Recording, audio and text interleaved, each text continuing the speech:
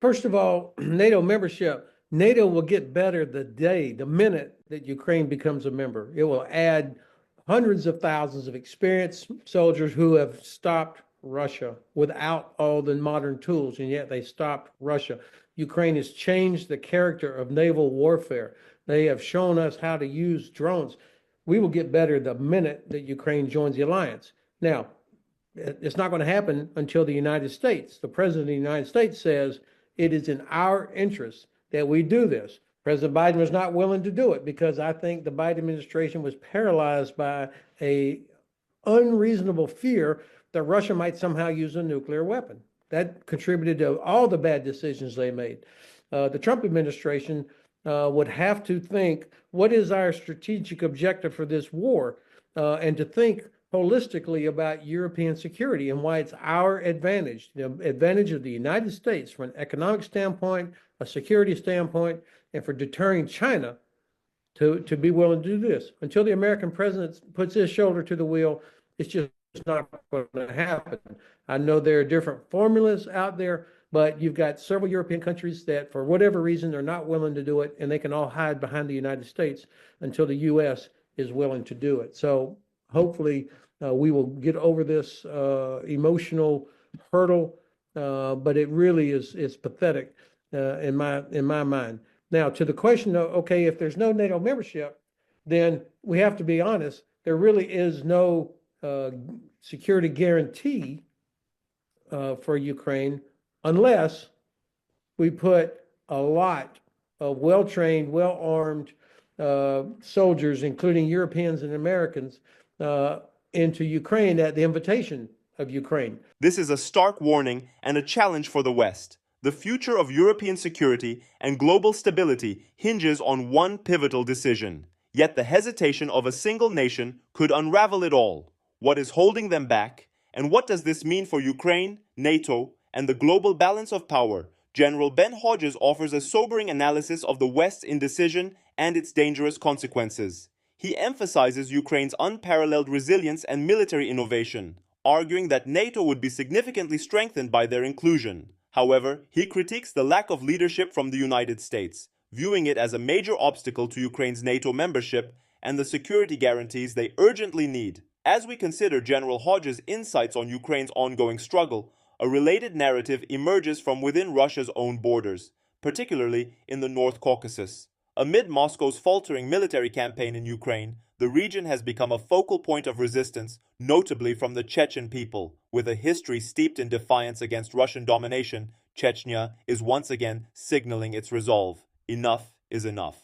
The Russian Federation, already grappling with the weight of its faltering war in Ukraine, is facing growing internal fractures. The possibility of civil conflict, once a distant thought, is now becoming more palpable. Among the most volatile regions within Russia is the North Caucasus, where Chechnya has long been a thorn in Moscow's side. The Chechens, with their rugged mountain homeland, have fought fiercely for independence, enduring brutal wars against Russia in the 1990s. Following the Soviet Union's collapse, Chechnya declared independence in 1991, triggering the First Chechen War, which, despite Russia's overwhelming military force, ended in a 1996 peace agreement. However, the Second Chechen War in 1999, led by Vladimir Putin, crushed Chechen independence and turned the capital, Grozny, to rubble, reasserting Moscow's control. Since then, Russia has maintained a fragile peace in Chechnya, largely through financial support, and the oppressive rule of Ramzan Kadyrov, a loyal Putin ally.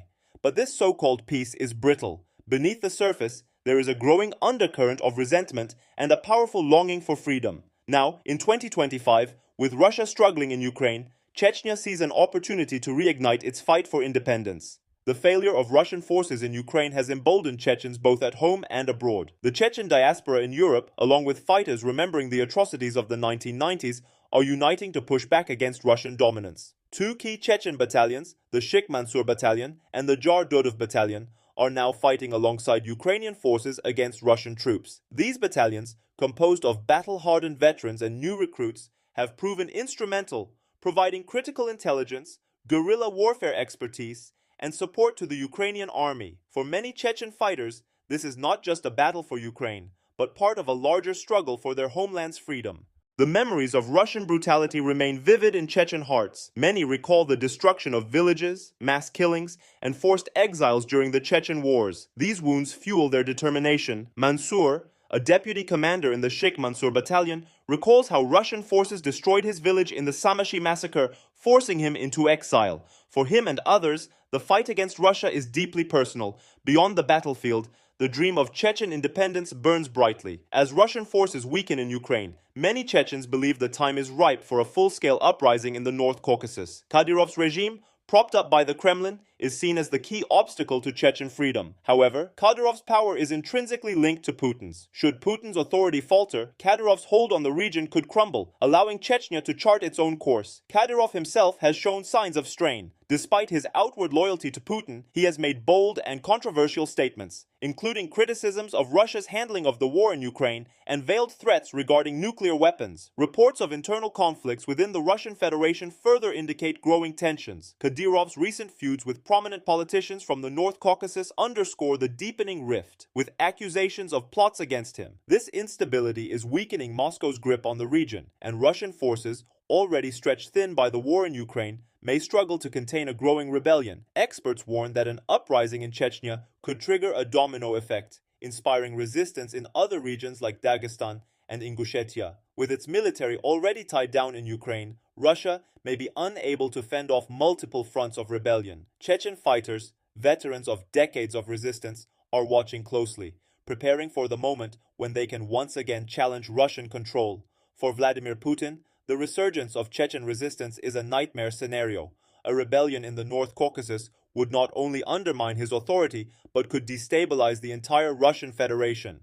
The potential loss of control over resource-rich and strategically vital regions represents an existential threat to his regime. But the Chechens are resolute. Their message to Moscow is clear: enough is enough. Decades of oppression, destruction, and suffering have not broken their spirit. It has only strengthened their resolve to fight for freedom. As Russia faces setbacks in Ukraine, the Chechens are growing bolder, their voices are growing louder, and their determination stronger. The struggle for Chechen independence, once relegated to the shadows, is now entering a critical phase. If successful, it could redefine not only the future of the North Caucasus, but the very fabric of the Russian Federation itself. One thing is certain: the Chechen people are ready to seize their moment. What do you think about the growing resistance in Chechnya and the cracks forming within Russia's foundation? Could this be the beginning of a major shift in the region? Let us know your thoughts in the comments below. Stay informed, stay engaged, and we'll see you in the next video.